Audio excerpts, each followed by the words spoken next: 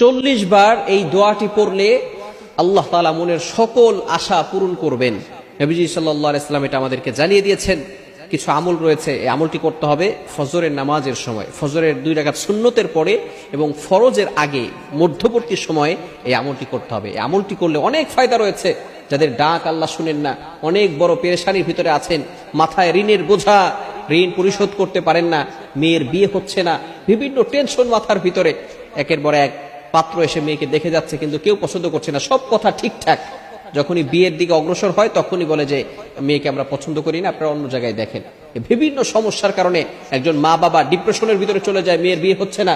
এই সমস্ত সমস্যার কারণে আপনি একটি আমল করতে পারেন, 40 বার এই দোয়াটি পড়বেন। সেটা হচ্ছে আপনি ফজরের নামাজের পরে এবং ফজরের নামাজের সময়, সুন্নতের পরে এবং ফরজের আগে মধ্যবর্তী সময় পড়বেন। এটা হচ্ছে শাইখুল ইসলাম ইবনে তাইমিয়া 28 নম্বর খণ্ড 242 নম্বর পৃষ্ঠায় এই আমলটির কথা নবী সাল্লাল্লাহু আলাইহি ওয়াসাল্লাম আমাদেরকে জানিয়ে দিয়েছেন। সেটা হচ্ছে কি, ইয়া হাইয়ু ইয়া কাইয়ুম লা ইলাহা ইল্লা আনতা বিরহমাতিকা আস্তাগীথ।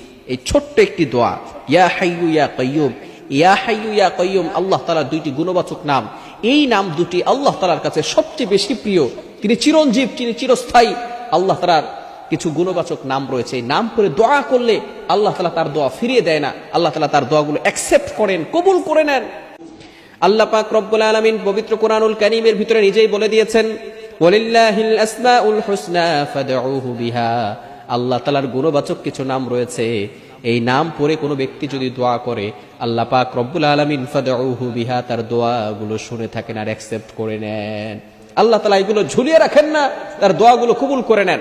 মেয়ের বিয়ে হচ্ছে না, আপনি আমলটা করেন, 40 বার এটা পড়বেন। ফজরের নামাজের সময়, সুন্নতের পরে এবং ফরজের আগে মধ্যবর্তী সময় 40 বার পড়ে আল্লাহ তাআলার কাছে দোয়া করেন।